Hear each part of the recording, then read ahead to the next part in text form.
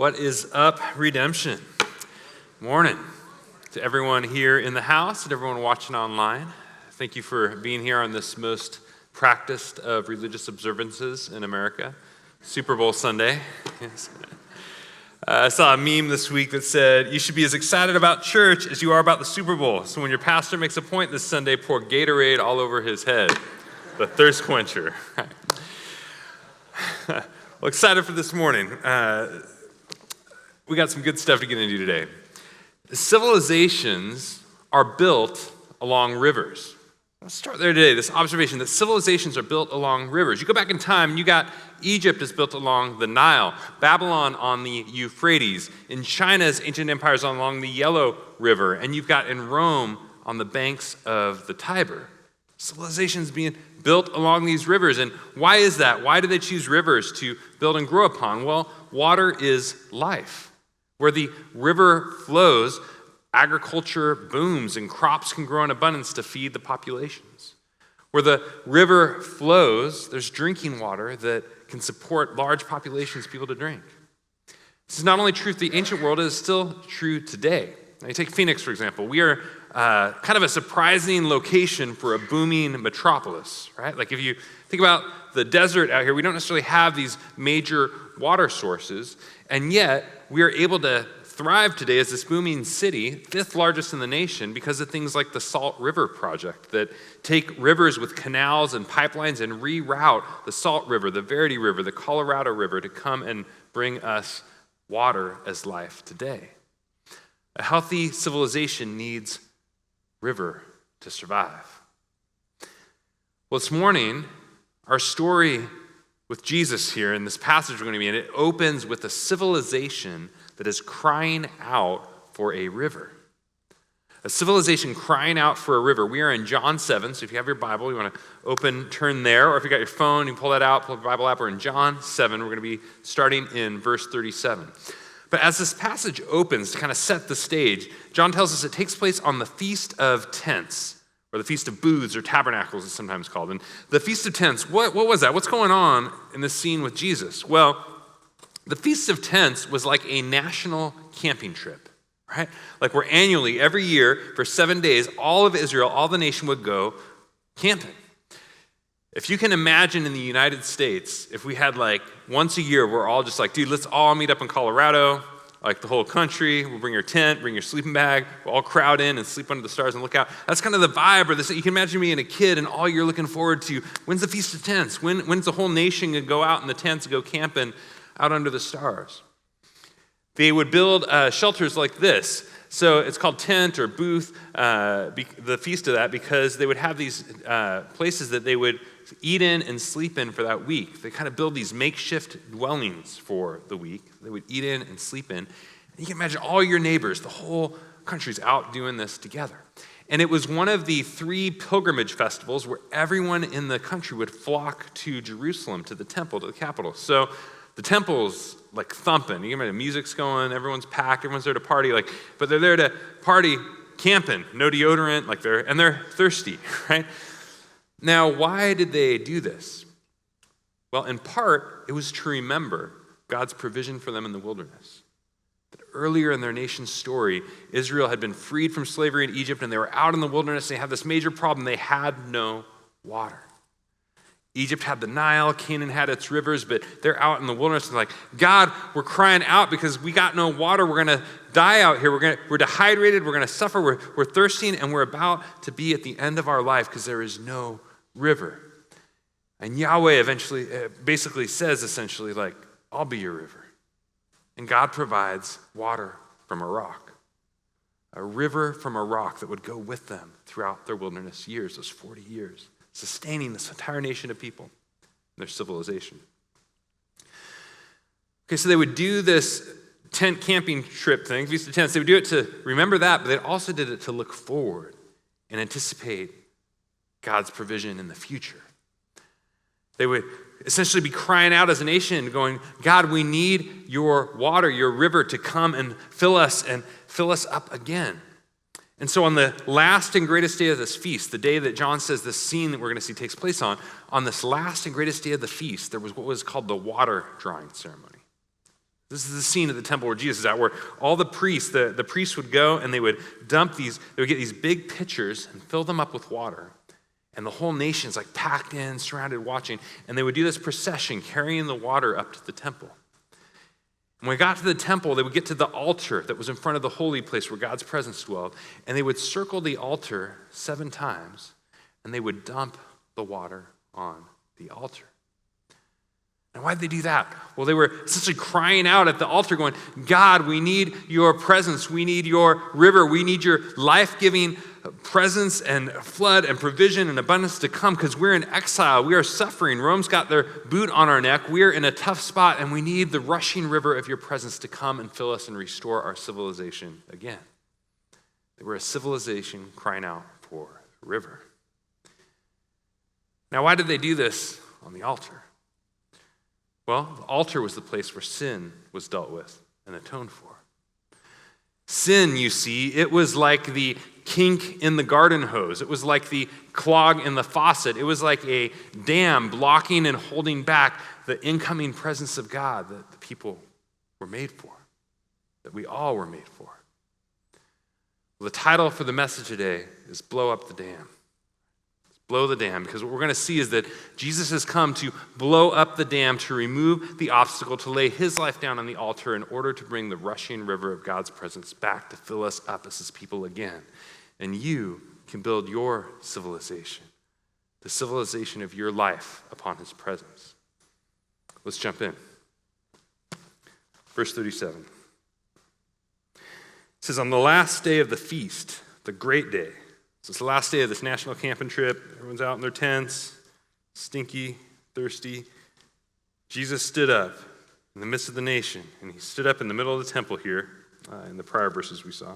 He's at the temple. He stands up, and he cried out, if anyone thirsts, let him come to me and drink.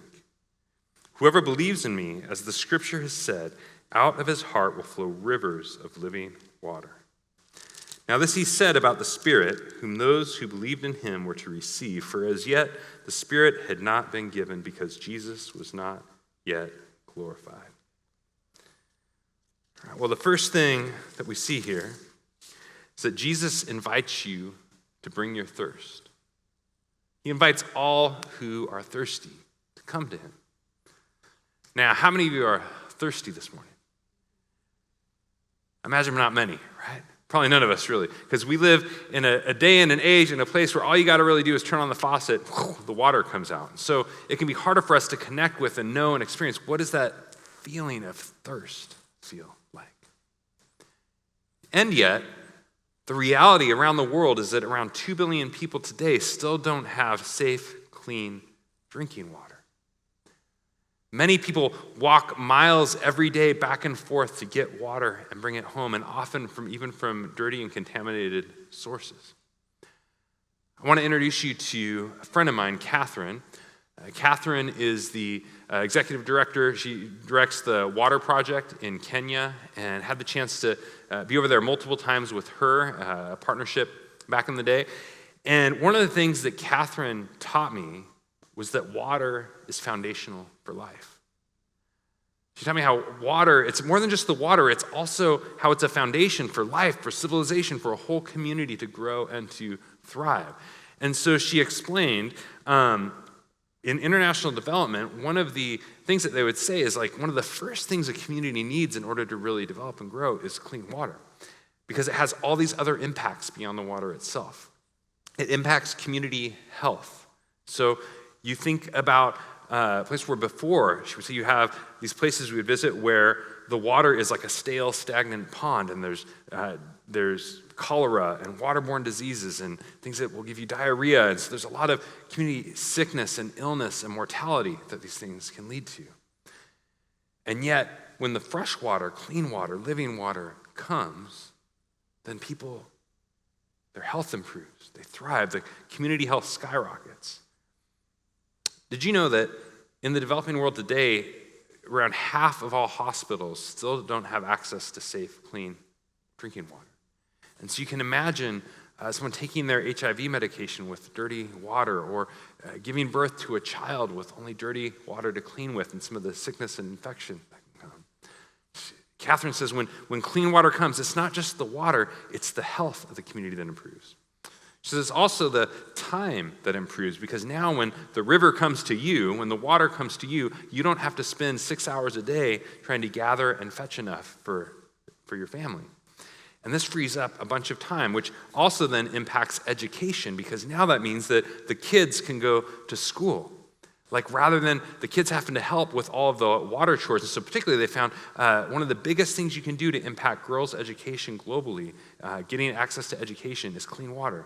Because then they're often the ones who are getting the water, and then they're freed up to go to school. So it impacts not only education, it also impacts the economy, because now on the foundation of clean water, now adults are also not having to spend so much time going to get it, and they've got a lot of time for starting new businesses and things that start to open up. And so what we began to see visiting these projects there was how clean water became this foundation upon which civilization, life, community, things would grow and thrive and blossom upon the foundation of clean water. And so you can imagine the joy in a community when water comes to town. These are a few pictures that a friend of mine, Stan, took. We were able to visit some of these projects together. And one of the things that struck me was churches that we would be at. Catherine was a part of a church there. She loves Jesus. Her whole team is connected to some of the churches and work that's happening there for the gospel. And meeting with so many churches that were saying, did you know for years we've been crying out, God, would you we need clean water. We need water for our health, for our kids, for our community, for our longevity, for education, for all these things. God, would you bring clean water? And how this was an answer to prayer. You can imagine the celebration and the life that erupts when a community that has been thirsty receives living water. Clean, pure, free, accessible. You don't even have to go out to go to the river anymore. The river has come to you.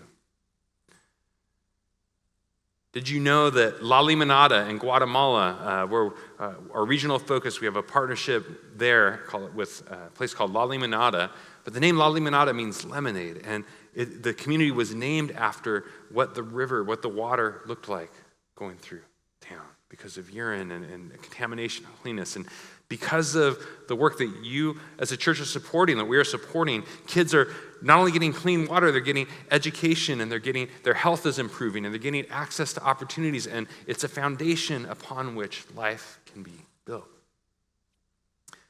Water is a foundation for life, as Catherine taught me. And Jesus is a foundation for life. When Jesus says, come to me and I'll give you living water to drink, that I bring this river to you, Jesus is going, I'm bringing a foundation that you can build your life upon. You can be like Chris Farley. Even if you're living in a van, you can build your van down by the river, right? Like, you can build your life on the river, because when you build your life on Jesus, it doesn't just impact your thirst, it impacts all these other things. Like, yes, Jesus can quench your deepest thirst. He can satiate the desires that you're going to all these other places to try and satiate. He can quench those deepest thirsts, but you get more than that. You get the great physician who improves your health, who goes, I'm actually going to flush and cleanse and flush out the sickness of sin that's in your soul to help that get healthy and clean again. And not only that, he's like, dude, I'm the great teacher who's going to, upon this foundation, help educate you, help teach you to walk in the ways of God. I'm going to help you with your job, with work, even beyond your work, with vocation. Like we heard in Mark Shelley in that interview, the All of Life interview, going, man, seeing our work not just as a paycheck, but actually as a way to love God and serve the flourishing of our community. Jesus is going, you can build the civilization of your life upon me, the river of God, because I'm bringing the life-giving presence of God to not only satiate your thirst, but to provide a foundation that you can build your life upon.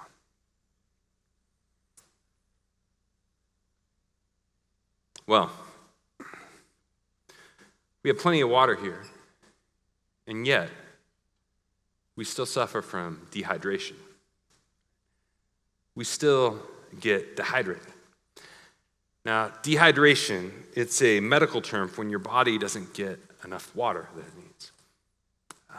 Now, this kind of makes sense. You need water. 60% of your body weight is water, so it makes sense you got to replenish that source, right? And when you don't get enough water, the impact on your life is pretty dramatic. It can be pretty dramatic. Your cells start to shrink. Your tissue starts to wear down.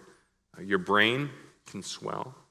And your blood gets kind of cluttered up with junk that's not getting flushed out.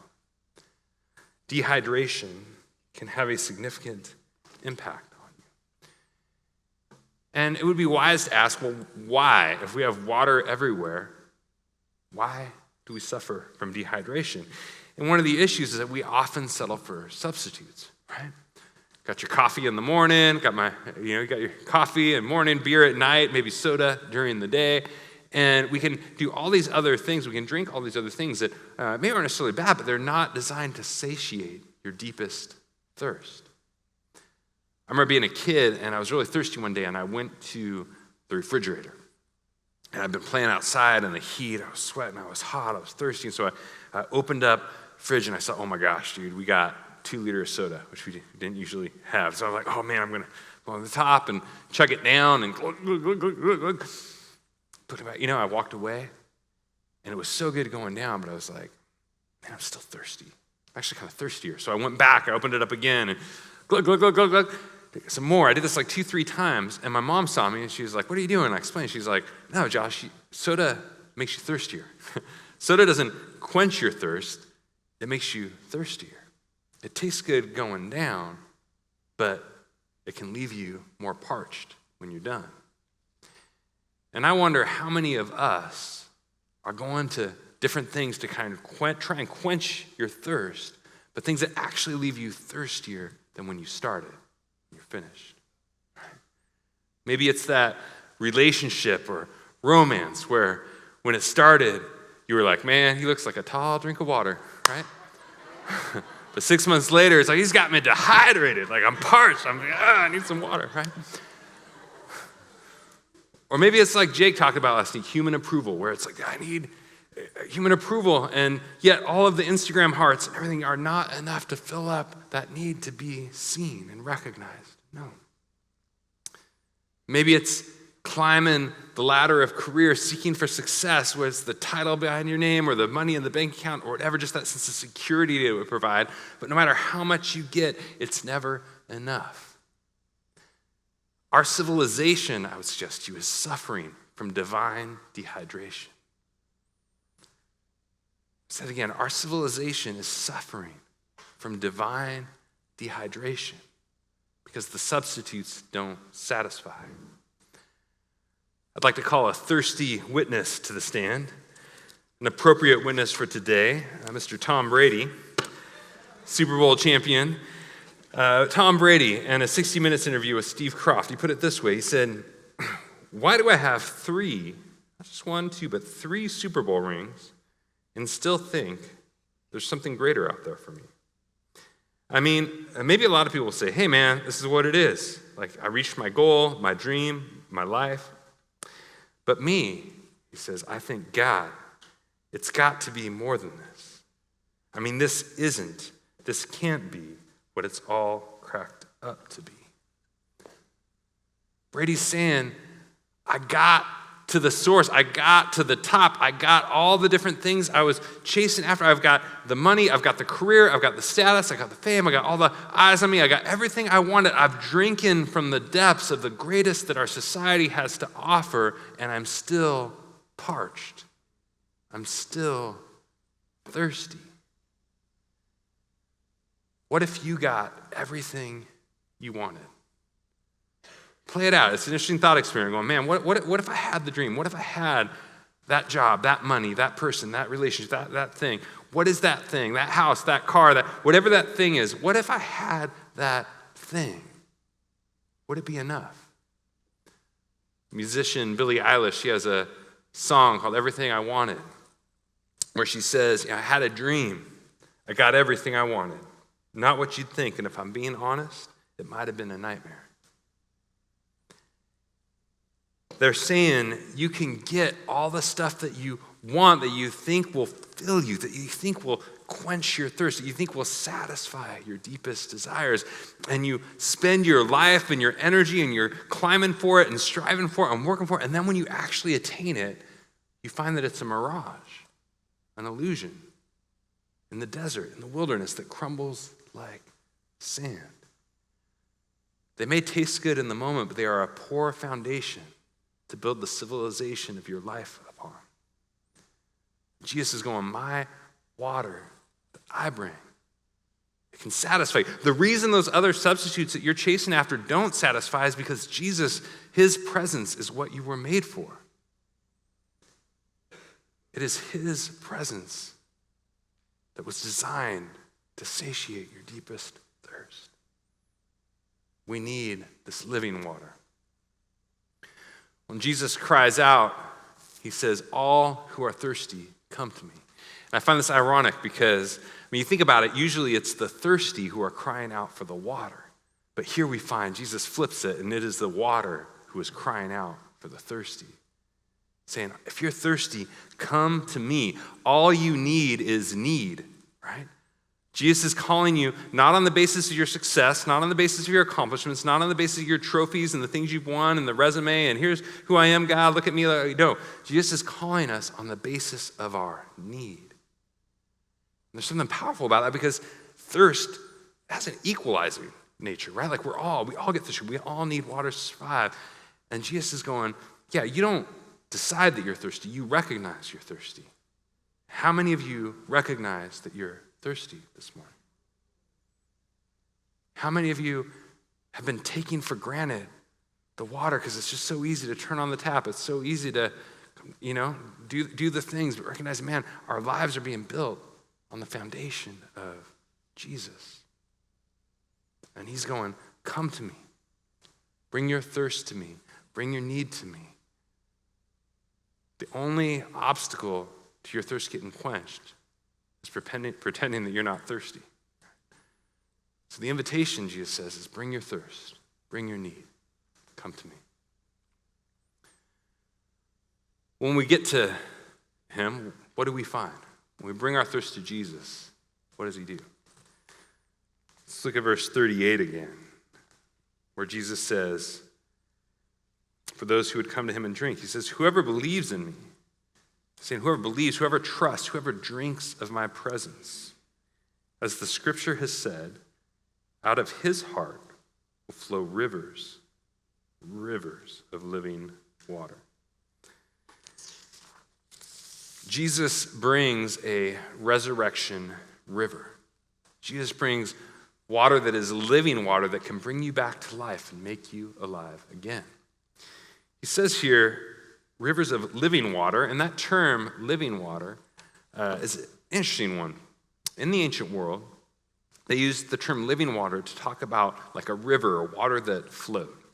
Because you could contrast this, let's say, with like a pond, a stale or stagnant pond. And there's moss and there's leaves collect and there's disease in it, and you drink it, and you get sick, you don't feel good the next day. But you contrast that with a running water, like a river that's rushing by. It's different. It's fresh. It's moving. And it seems like it's alive because it's moving, but it also brings life. Wherever it goes, the crops flourish. You can drink it and you get healthier rather than sick. Jesus is saying to you and to I, he's saying, I didn't come to bring you stale, stagnant water. I came to bring you living water. I didn't come here just to refresh your presence. I came to give you my presence. Jesus saying, I've come to actually pour my presence out to give you the Spirit of the living God who can quench the deepest thirst at the deepest cracks and crevices and parched areas of your heart. I can quench that thirst. I can satiate that thirst. And Jesus is going, this river, these rivers of living water that I've come to bring, the river of my Spirit, it can soften the soil of your hardened heart. It can begin to make that soil soft and fertile again and allow crops and things to grow. Jesus is going, man, my river, it can make you fruitful. It can bring resurrection and bring you back to life. My Spirit, my presence. Well, Jesus says here that living water will flow out of him. Out of his heart, And a question arises here. Out of who? Who's the him? What is the what? Who is the him? Jesus is saying out of his heart, and is he referring to himself or to us? Is Jesus saying that living water will flow out of Jesus' heart Or is he saying that if you drink of him, living water will flow out of your heart? Yes, right? Saying both. Now, it's interesting to me, the language that John uses here, the author of this gospel, he uses language that's ambiguous enough to apply to either. And I think he's doing that intentionally to say, yeah, it's actually both. I'm wording it in a way that applies to both. So let's take each of these. Now, first off, living water flows from Jesus' heart. That's kind of a weird image, right? You think of Jesus standing there and there's like water flowing out, like what's going on with that? But in verse 39, he says that water refers to his spirit, his presence. And it says that the water that hadn't been given yet because he had not yet gone to the cross and been glorified. So the picture here we should have is like Jesus is like an exalted sprinkler, right? Like he has been exalted and raised up over heaven and earth, and he's just gushing out water upon the wilderness of God's sin-scorched earth.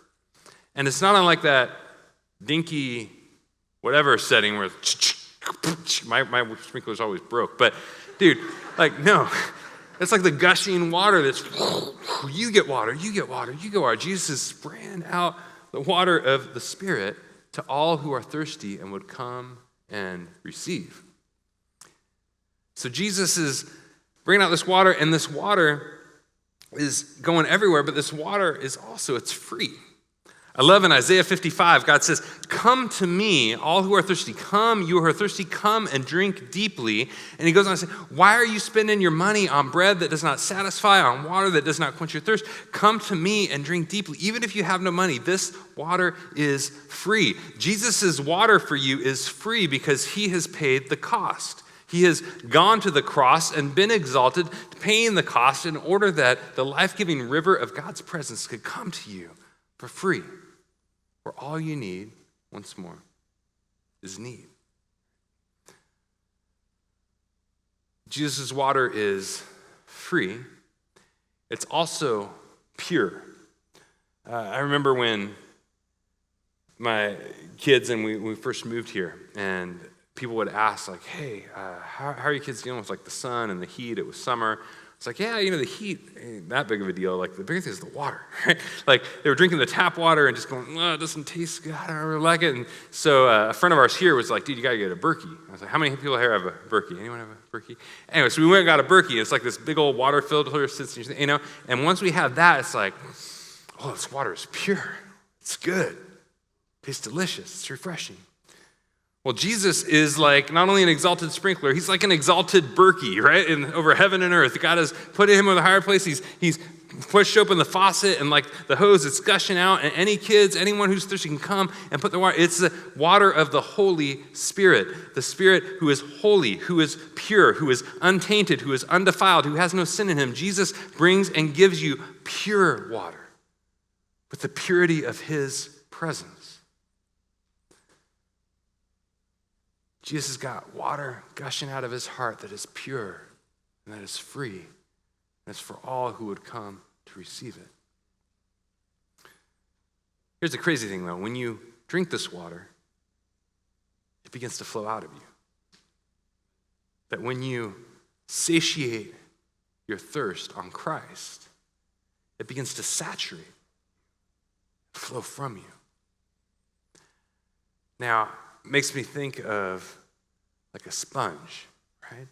That our heart, the water flowing out of our heart, that first our hardened heart is like a sponge, right? You ever been to like Target and you come home and you got like the bag of the sponges and they're a little yellow, they're small, they're like a rock because they're all compressed and whatever, and it's just like, I could play baseball with this or something. But you got this little rock sponge, but then you turn on the faucet and you put the little rock sponge under the faucet, and what happens to that hardened little sponge thing? It begins to saturate, begins to fill up, and begins to expand. Just like your heart begins to expand when it soaks in the presence of Jesus. And it begins to expand and get filled on the inside out so much so that it begins to drip, drip, drip, drip, drip. It's overflowing. And similarly, Jesus has come to not just give you a little drop of his presence, to overwhelm and to flood you with his presence so that it expands your heart and that it begins to drip out and overflow. And here's the crazy thing with a sponge. What happens when you squeeze it? The water comes out. I suggest to you this is a sign of a life soaked in Jesus, is that when you get squeezed, the Spirit comes out. Right? When you get squeezed, the Spirit comes out.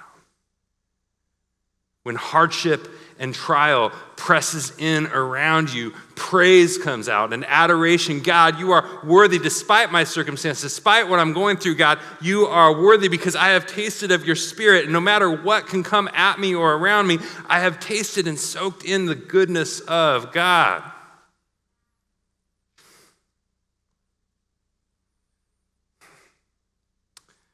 When your kids are getting on your last nerve, you're like, it's just crushing you. And patience comes out. Ouch. It's convicting. That's convicting, right? When life and these circumstances, when your enemies hate on you and crush you, love comes out. When your friends are compromising and you're feeling the peer pressure squeezing in all around you, conviction comes out. The sign of a life soaked in Jesus is that when Satan squeezes, the Spirit spreads, right? Like when the enemy comes to crunch you and to crush you and pull you tight and you've been soaking in the presence of Jesus, his life comes pouring out of you. His presence comes pouring out of you. His love, his patience, his goodness, his kindness, his faithfulness, his gentleness, his self-control. We need to saturate, church, in the presence of Jesus so that when we get squeezed, it's the goodness of God that comes pouring forth. Amen. This river of living water, it's not just a drip. Its goal is to overwhelm, to soak us, and to flow from us, to pour from our heart. Well, Jesus' water also has resurrection power. His water is free and it is pure, but it is also powerful. It's interesting that Jesus says here in verse 38, he says, as the scripture has said, these rivers of living water will come forth. What scripture? Jesus, what scriptures are you talking about? There's actually a bunch of them. You can go read them this week if you want. There's Isaiah 43, there's Zechariah 14, there's Joel 3. But my favorite is Ezekiel 47. Ezekiel 47, and the image that we get in Ezekiel 47 is that the river of God's presence, this water comes rushing back again out from the temple. The very spot where Jesus is standing as he says this, the river of God's presence comes rushing out from the temple, and this water is so potent that along the banks of this river that come out, the trees that blossom and grow up there, they begin to bear fruit not every year, but every month. Monthly fruit bursting off the branches, monthly apples and berries and all sorts of delicious sugary fruit, tasting the good tasty things, right? Are bursting. And not only that, it says this water is so potent that every species of fish thrives and lives there. See all the fish swimming in the pond, like the koi pond, they're all going around. And here's the craziest thing about Ezekiel 47. He says this potent, life-giving river is going to go all the way down to the Dead Sea. And it's going to overwhelm it with life. Now, if you don't know what the Dead Sea is, there's a reason they called it the Dead Sea.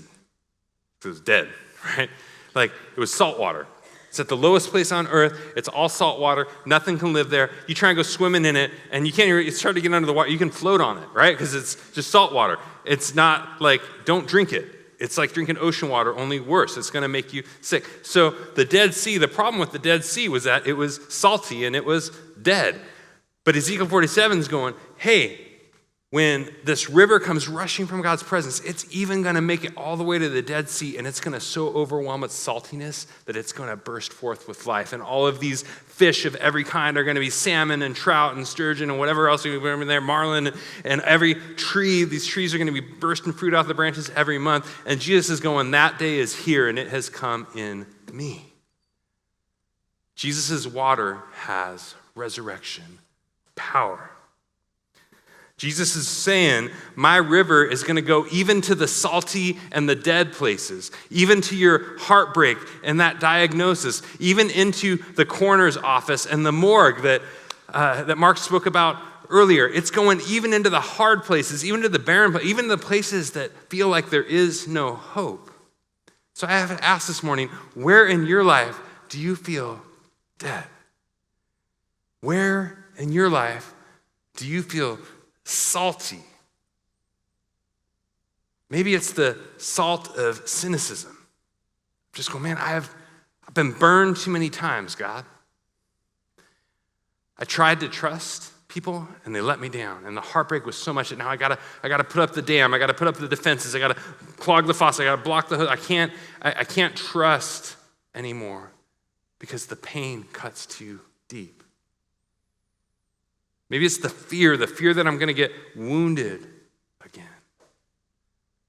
Maybe it's the saltiness and death of a lie that you believe in, a lie that the enemy has spoken over your life, a lie that you heard from your parent growing up, or a lie that you heard from that person who walked away, a lie that you are not worthy enough of love, that you are not valuable in God's size, a lie that God is out to destroy you rather than to come and redeem you, bring you to himself. Where are the places in your life that feel too painful? Because Jesus has come to bring resurrection power there.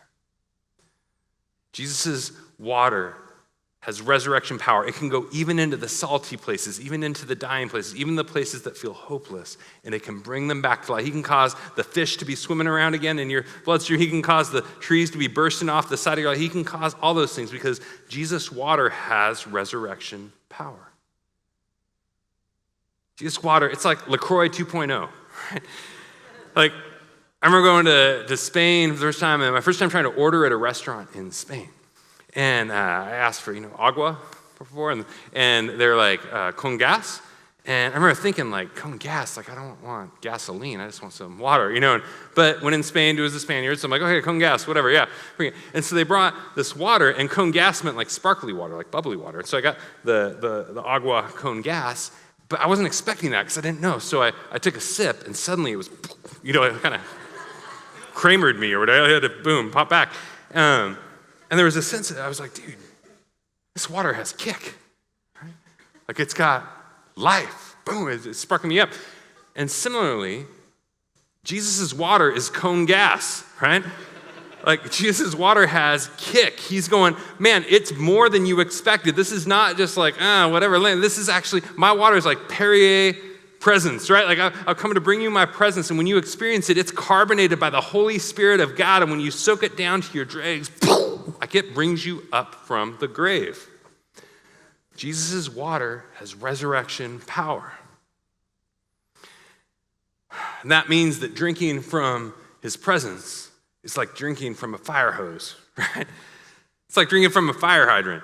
I'm going to date myself here, but how many you guys remember, anybody remember the movie UHF with Weird Al Yankovic, right? All right, yeah, UHF. Well, there's this scene where this kid wins the game show, this kid named Billy, and so the host is like, hey, everybody, Billy won. Guess what Billy gets? He gets to drink from the fire hose. And so they put Billy back, and he's got like this cowboy hat on, and he's sitting on a little rocking horse or whatever, and they got the fire hose out, and they turn it on, and he just like flies all the way back against the wall, right? Jesus, man, worship is like drinking from the fire hose. When we worship the exalted Christ, as we gather together as God's people, and we worship Jesus, who has been exalted over heaven and earth, and the river of his presence is pouring out for all who are thirsty who would come to him, to open our mouths in praise is to open our hearts for his presence. When you open your mouth in praise, adoring, how do I get this water? He says, drink from me. Gaze on my goodness. Adore my presence. We want to lift high who the Father is lifted high. Lift high Jesus because he has come to bring the river of God's presence, and that river is powerful. It can change your life. His water is free. His water is pure, and his water is powerful. It's a river of resurrection. All right, well, the craziest thing to me in all this is how Jesus provides this river of water. This crazy thing is how he does it. Let's final movement here in verse 39. where Jesus, it says, now this he said, these things that Jesus has been talking about, this he said about the Spirit. The river is his Spirit. So Jesus said these things about the Spirit, whom those who believed in him or drank from him or trusted in him, whom those who believed in him were to receive. For as yet the Spirit had not been given, because Jesus was not yet glorified. Well, it's interesting here. It says, when Jesus is talking about this river, he is talking about the Spirit, God's presence. And he also makes note, though, he's talking about it not yet. Like, back when Jesus is saying this, in that moment, it's not yet because Jesus has not yet gone to the cross and to be glorified. Now, what that means is that Jesus went to the cross and was glorified in order to bring you the river of his Spirit. Church, Jesus came to blow up the dam. He came to blow the dam of the obstacle of sin that was blocking the way from God's presence and to bring the river of God's rushing, life-giving presence back to us as his people again. And when I say Jesus came to blow up the dam, I am not saying he's like an eco-terrorist or something, right? So let me explain what I mean by this. Now, when I said earlier, the Feast of Tents, last greatest day, there was this big water drawing ceremony. There's one part I left out, failed to mention. And that in this water drawing ceremony, as the priests were filling up these big buckets and they were carrying them to the temple and they were walking around the altar, the priests also had these big willow branches. And as they were walking around with these branches from a willow tree, they would beat the altar as they walked around it 7 times. And why did they do this? Why were they beating the altar? Well, they were remembering in the wilderness how it was when Moses struck the rock that it was cracked open and the river came gushing forth. Church of God, Jesus was struck so that you could receive the river of his Spirit. As Jesus goes to the cross, this is a foreshadowing of what is going to happen to the Son of God, that Christ has come for our salvation. And as he goes to his death on the cross, and as they whip his body, they are whipping the rock of our salvation upon the altar of the true temple. And as the spear pierces his side and the nails puncture his hands, he is being punctured in order to bring forth the life-giving presence of God. That as the spear pierces his side, we're told later in John that blood and water flowed out. Blood for the atonement to cover our sin, and water, a sign of the Spirit, of his presence that he has come to give to us as his people. Jesus was struck so that you and I could receive the life-giving presence of God. And if that doesn't make you want to worship, I don't know what else does. That the almighty Son of God from all eternity has come to lay down his life for you. This is how much he wants to get you this water. This is how willing he is to go to bring that river rushing back again so that you can build the civilization of your life upon him. He has gone all the way to hell and back to quench its flames so that it no longer has to devour your life. He has gone to the grave and back to flood it out and pull you out and bring you up onto dry land in the safety of life with him. Jesus has come to bring living water in order that you could be rebuilt and have flourishing and abundance and all the things that come when water comes, because water is life. Jesus' presence is life. Let's praise him. Yeah. Glory to God. Yes. Well, dam removal projects are kind of a big thing these days. There are hundreds of them planned here in the U.S., around the country, and as well many more around the world. That's because dams, they can do a lot of good things, but they can also times cause some problems. I experienced this when I spent a lot of time working in Vietnam and Southeast Asia, and one of the issues there in Southeast Asia had to do with some dams that had been built upstream.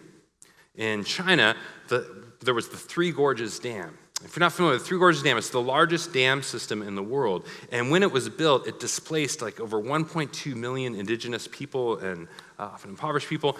And downstream, other countries down south, in Southeast Asia, had their water supplies at times blocked. And it could lead to drought downstream. It could lead to livelihoods destroyed. It could lead to businesses they once had or farming that once worked no longer working.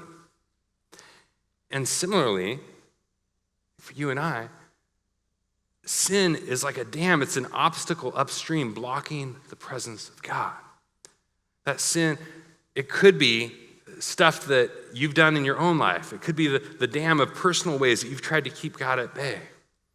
It could be generational things, kind of the impact of stuff that your parents or your family history, things that were done that maybe were beyond your control, but it's dried up the water downstream and you're feeling the effects of the dehydration. At root in the gospel, it goes all the way back upstream to Adam. Like his sin was like the dam that blocked the rushing river of God's presence. It's supposed to go out and bring flourishing and life through the generations on into the world. Sin is like a dam. And it's more than just sin, like just the rebellion. It's also the impact and consequences of living in a world downstream from sin, downstream from the obstacle, downstream from the dam. We live in a world where it's not just the bad things you do, it's also the lies you believe. We live in a world where there are many lies that the enemy wants to speak over you. Things that he has maybe told you, whether explicitly or implicitly, through circumstances in your life that have torn you down and have made you feel like nothing and have dried up and withered and parched your soul. Are there any lies that you're living under this morning, downstream in a dry and thirsty land? No, the enemy also likes to use fear. He likes to keep us afraid. And I mean, there can be good fear, like a bear's coming, like, I gotta get out of here, right? But there's this deeper fear of going, man, I gotta fix this on my own. I don't know what I'm gonna do. And the anxiety builds and the depression of how dark things are. And there are so many things that can build. And that's understandable because we live in a thirsty, dry, and fallen world. Are there any fears that you're living under today that just feel overwhelming? And there's nothing I can do to get under this. It's too dark. It's too arid. The land feels too parched in my soul. Well, the beauty of the gospel that I want to make sure that you understand today is that Jesus came to blow up the dam. He came to blow it wide open and to satiate your thirst with the river of his presence. I've been watching these videos this week of dams exploding, right? They put the dynamite and they blow them up. And what's crazy is, at first when it blows, you see like the dirt and the silt and the sediment and stuff coming out. But then after that, like the water bursts through, rushing, vibrant, clean, and it begins to flow downstream.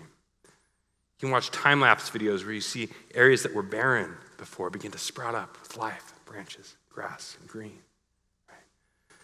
Jesus is going, I have come to blow up the dam. The cross shows and displays the unimaginable extent of my love for you, that I would allow the dynamite to be strapped to my back, so to speak, as Jesus became sin for us. He who had no sin became sin. He became the dam. He identified himself. Jesus is like the dynamite that becomes one with the dam, becoming sin for us in order that he could blow away its power.